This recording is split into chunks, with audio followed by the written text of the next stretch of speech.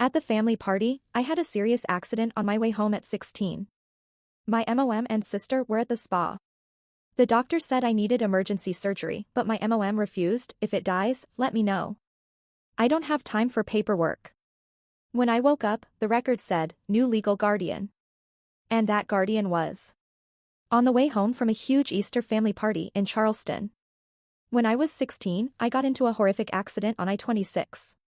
The doctor said I needed emergency surgery within the hour or I wouldn't make it. My mom and my little sister were at an upscale spa that afternoon when the hospital put her on speaker. My mom's exact words were, if she doesn't pull through, just let me know later. We're in the middle of a treatment and I'm not signing anything right now. My name is Serenity Carver and I'm 21 now. 18 days later, when I finally opened my eyes, the chart at the foot of my bed had been quietly updated. It no longer listed my mother as my legal guardian. Someone else's name was there instead, and that new guardian was.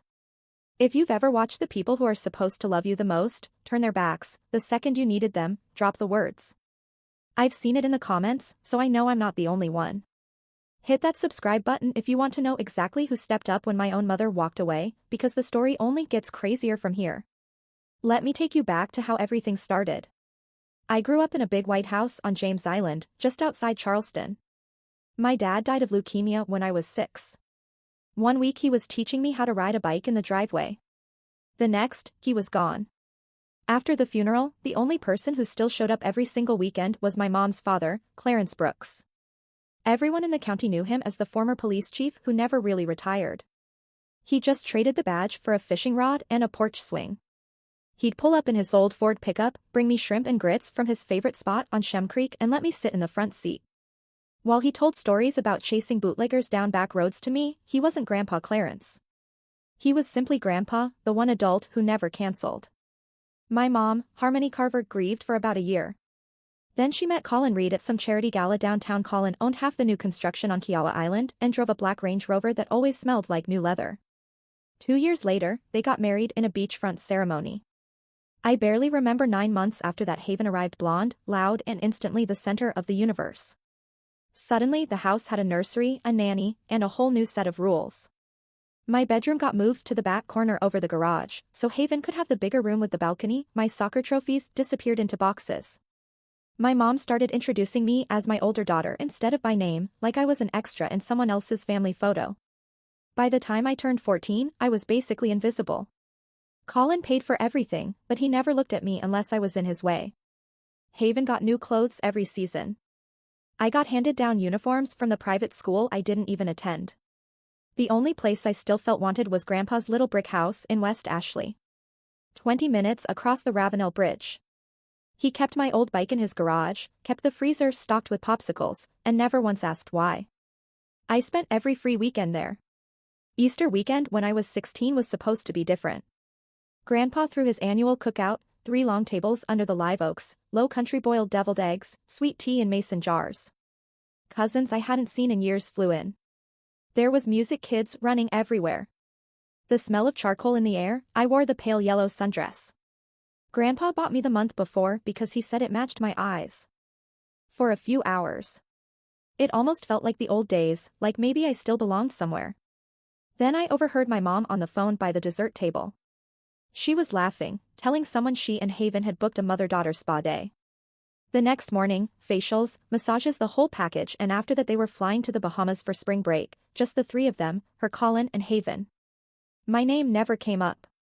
I stood there holding a plate of banana pudding, feeling it go cold in my hands. I told Grandpa I had a headache and needed to head home early. He tried to argue, but I could tell something was wrong, but I just wanted out. He handed me the keys to the 1998 Jeep Wrangler. He'd helped me buy with my summer lifeguard money. Drive careful, baby girl. Text me when you get there. I promised I would. It was already getting dark when I hit I-26 westbound. A spring storm rolled in fast the way they do in the low country. Sky turned green, rain coming down in sheets, windshield wipers going full speed and still losing the battle. Traffic slowed to a crawl. I had the radio up loud to keep myself awake. Some old country song Grandpa loved. Headlights blurred into streaks of white and red. I never saw the tractor trailer until it was too late. The driver hydroplaned, jackknifed across 3 lanes and slammed into the driver's side of my Jeep, doing at least 60 metal screamed. Glass exploded. The world flipped twice. Roof caving in before it finally slid to a stop upside down against the median. I remember the seatbelt cutting into my shoulder, the taste of blood, the sudden silence after the crash, and then nothing at all. Somewhere far away, sirens started screaming toward me. The emergency room at MUSC was pure chaos. Doctors shouted codes, monitors screamed. Someone kept yelling for more O-negative. They wheeled me straight into Trauma Bay 1. My clothes were cut off in seconds. Needles went into both arms, tubes down my throat. A surgeon in blood-spattered scrubs leaned over me and said my pelvis was shattered. Spleen ruptured bleeding inside my skull, and I had less than an hour before things went irreversible. They needed parental consent to take me to the OR. Right now, a nurse with kind eyes held my phone.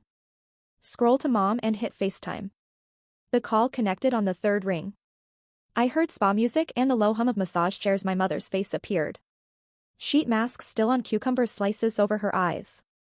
Haven was sprawled on the table next to her earbuds and scrolling TikTok. "Mrs. Reed, this is Nurse Alvarez at MUSC Trauma." The nurse said, angling the camera. So Harmony could see my face covered in blood and the ventilator tube. "Your daughter has been in a severe accident. She has life-threatening injuries and requires immediate surgery. We need verbal consent now, or she may not survive the next hour." Harmony peeled one cucumber, slice off and squinted at the screen. Haven pulled an earbud out and leaned over to look. The doctor stepped in. "Ma'am, we're looking at multiple fractures, internal bleeding, possible brain swelling. We have to open her up immediately." Harmony's sighed. Like someone had just asked her to move her car. "If she doesn't make it, just call me when it's over," she said, voice flat. "We're in the middle of a treatment and I'm not driving all the way downtown to sign papers."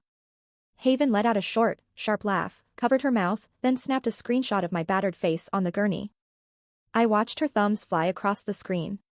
Later I would learn the caption she sent her group chat was finally some peace. The nurse's hand trembled holding the phone. A doctor behind her muttered, "Jesus Christ." Someone else whispered, "Get that recorded." The nurse tried. Again. "Ma'am, this is a legal requirement for a minor." "I heard you, Harmony. Cut in. Call my father, Clarence Brooks. He'll handle it. We paid for a full day here." She ended the call. The trauma team stared at the blank screen. One resident looked ready to throw the phone across the room. They scrolled to the next emergency contact, Grandpa. His old Ford pickup was already on the road when the hospital reached him. He'd been sitting on his porch cleaning shrimp for tomorrow's supper. The second he heard Serenity and Critical, he dropped everything and floored across the Ashley River Bridge. Still wearing rubber boots and an apron stained with fish, blood rain hammered the windshield. Lightning lit up the sky. He made the 25-minute drive in 16, he burst through the doors soaked to the bone badge from 30 years ago, still clipped to his belt out of habit. The charge nurse took one look at the retired chief and waved him straight through. He signed every consent form they shoved in front of him without reading a single line, hand shaking so hard. The pen scratched the paper.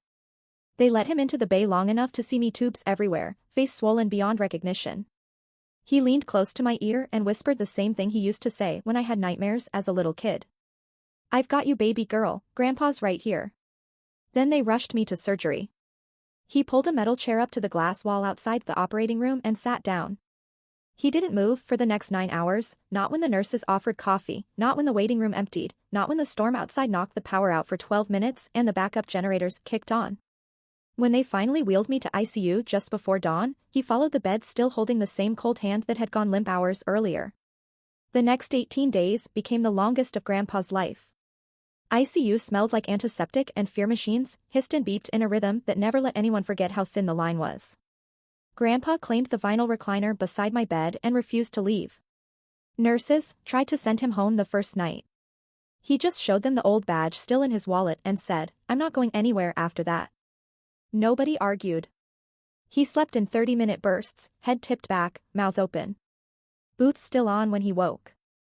He talked to me nonstop, voice low so the monitors wouldn't drown him out.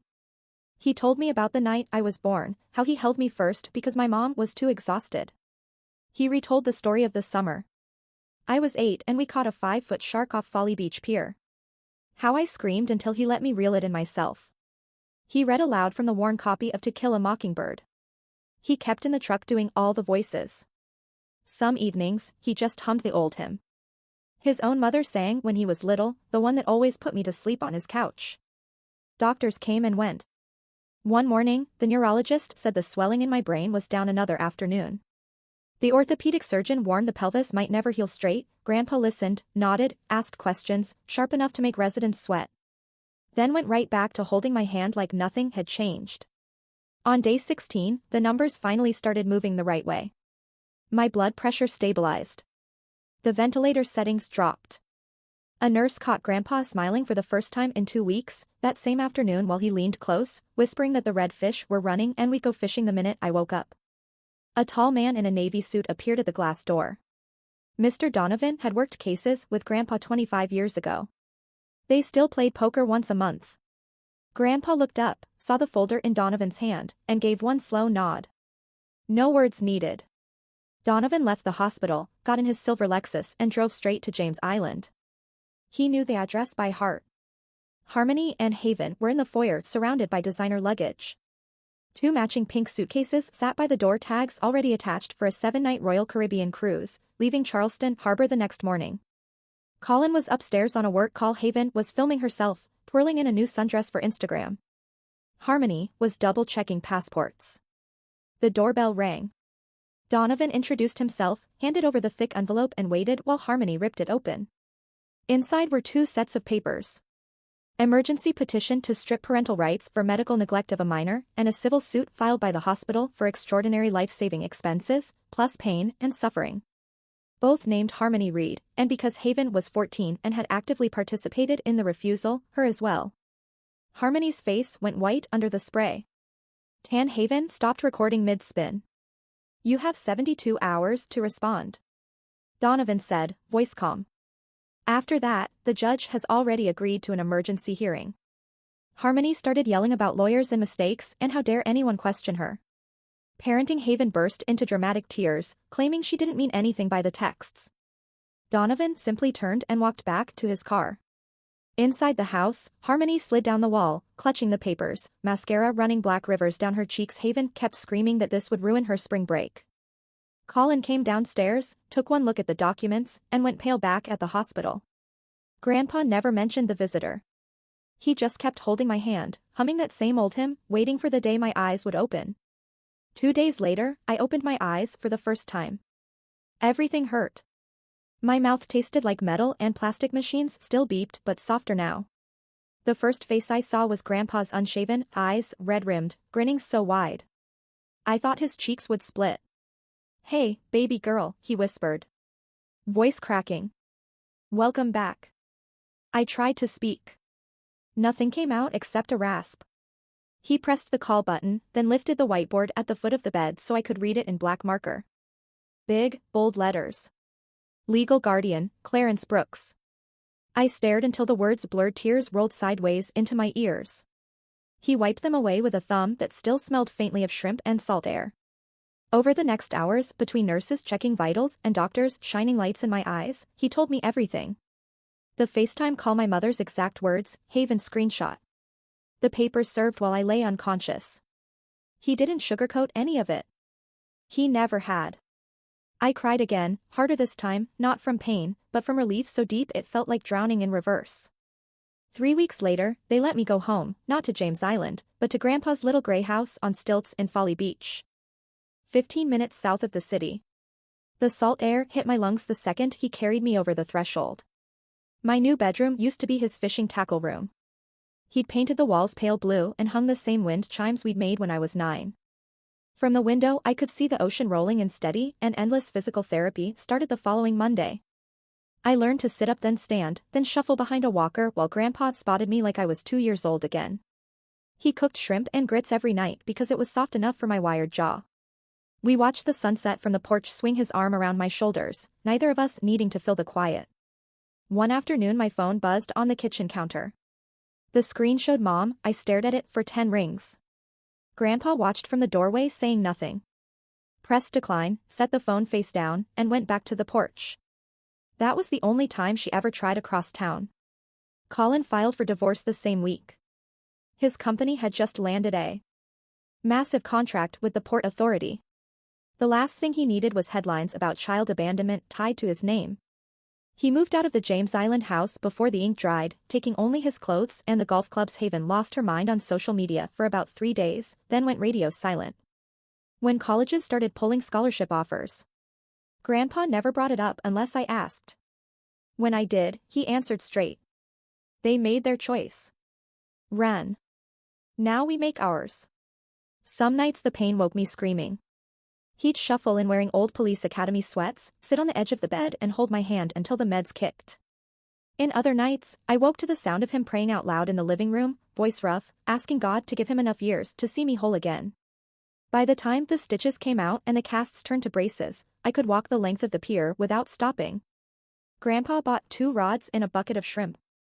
We sat at the end where the water turns deep green lines in the water, not catching much, but not carrying the sun burned the last of the hospital smell off my skin. I looked out at the horizon one evening, wind whipping my hair across my face, and realized I wasn't waiting for anything anymore. No apology, no explanation. No second chance. I never wanted to give. The ocean just kept moving. Same as always. A couple of months later, the preliminary hearing day arrived. The courthouse on Broad Street smelled like old wood and floor wax. I walked in on crutches, Grandpa on one side, Donovan on the other. My mother sat at the defendant's table in a navy suit. 2 sizes too big now, eyes puffy, no makeup. Haven slouched beside her in a private school blazer, staring at the floor. The judge was a woman with steel, gray hair, and 0 patience. She adjusted her glasses and told the bailiff to roll the recording. The FaceTime call played on the big screen, my broken body on the gurney. The spa music in the background. My mother's voice clear and cold. If she doesn't make it, just call me when it's over. Haven's laugh. The screenshot of my bloody face with her caption underneath the courtroom went dead silent. A juror in the back actually gasped. Donovan laid the phone records on the bench. Next, Haven had forwarded the photo to 7 different group chats within 4 minutes. One message read, "One less person stealing my spring break." The judge's pen stopped moving.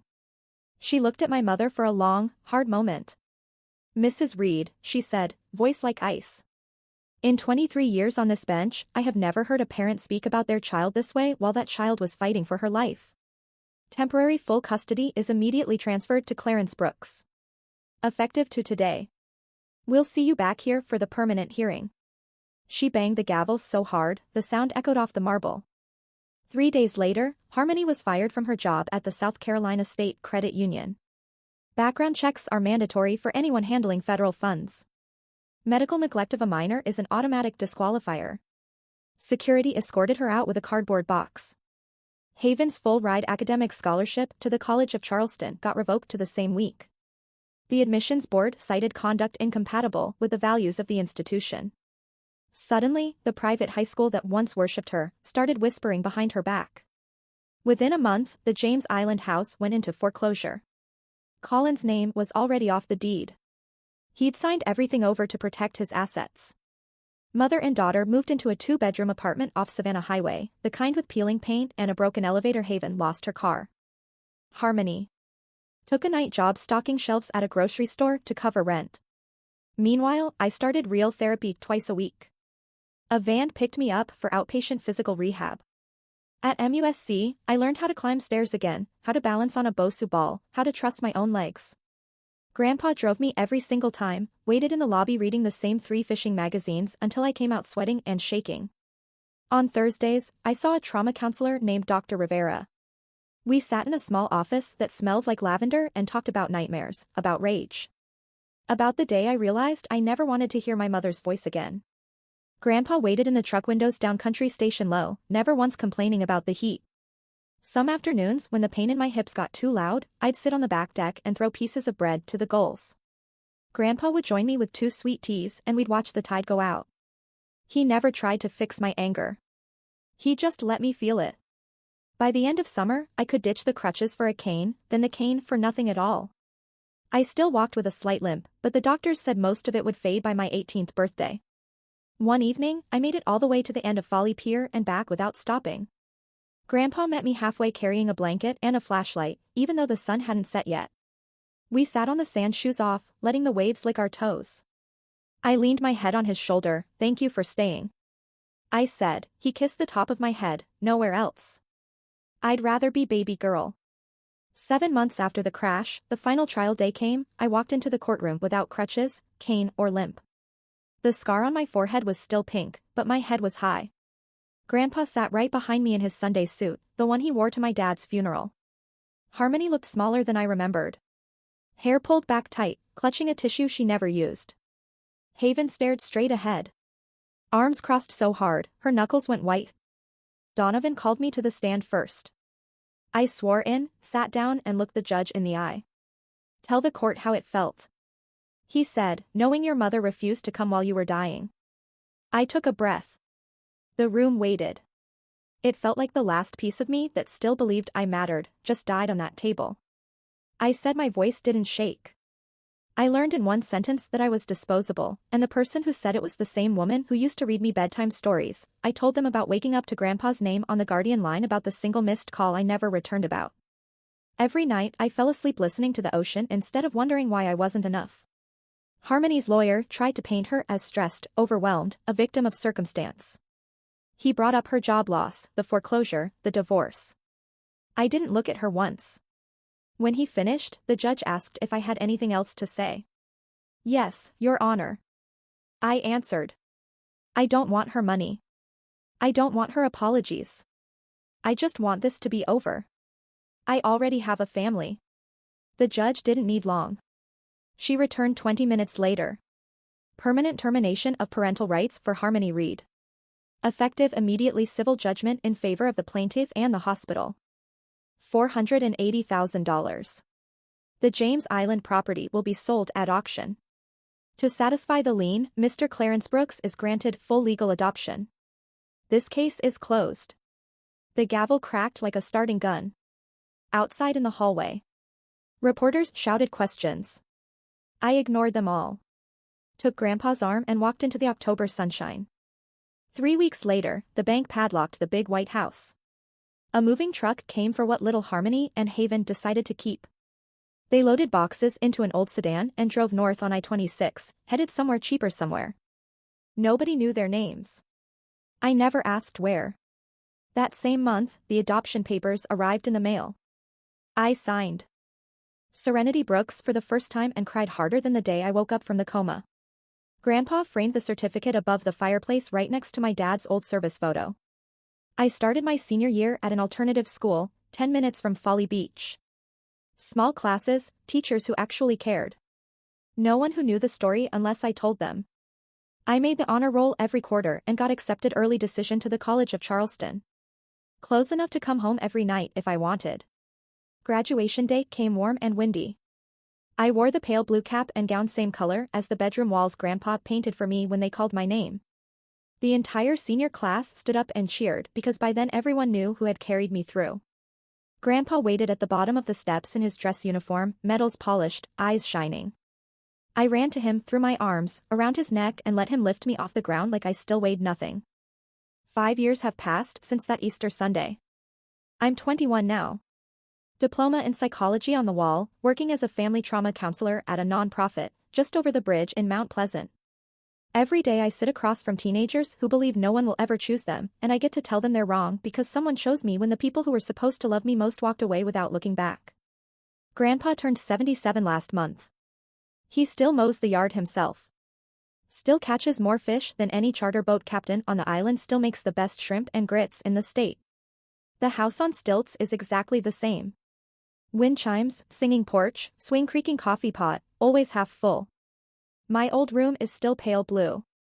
His tackle room is still a bedroom because neither of us ever changed it back. We eat dinner on the deck most nights watching dolphins. Chase mullet in the surf. He calls me baby girl exactly once a day. Usually when he hands me a sweet tea. I still call him Grandpa. Nothing else feels right. Harmony and Haven left South Carolina for good 3 years ago. Last I heard they were somewhere in Georgia renting a trailer under different last names. I never search for them. They never search for me. The silence is clean, it's final, it's peace. Some people ask if I'm angry, I'm not. Anger takes energy. I decided to spend on living instead. Some ask if I forgive. Forgiveness isn't mine to give. It's theirs to earn, and they never tried. I'm simply done. What I do carry is gratitude, so deep it still catches me off guard. Gratitude for the man who slept in a vinyl chair for 18 nights, for the retired chief who never missed a single therapy appointment, for the grandfather who turned his house into a home and his heart into a harbor. Family isn't the people who share your blood. Family is the person who stays. When your blood runs cold on an operating table, family is the one who signs the papers, holds your hand, and never once makes you feel like a burden. If you are watching this and you're scared you don't have that person, look harder, they're out there. Sometimes they're the grandparent you didn't expect to need. Sometimes they're the friend, the teacher, the neighbor who refuses to leave, and when you find them, hold on. Because real family isn't born. It's chosen every single day, especially on the days when choosing you costs them everything. That's the only truth I know for sure. And that's my story.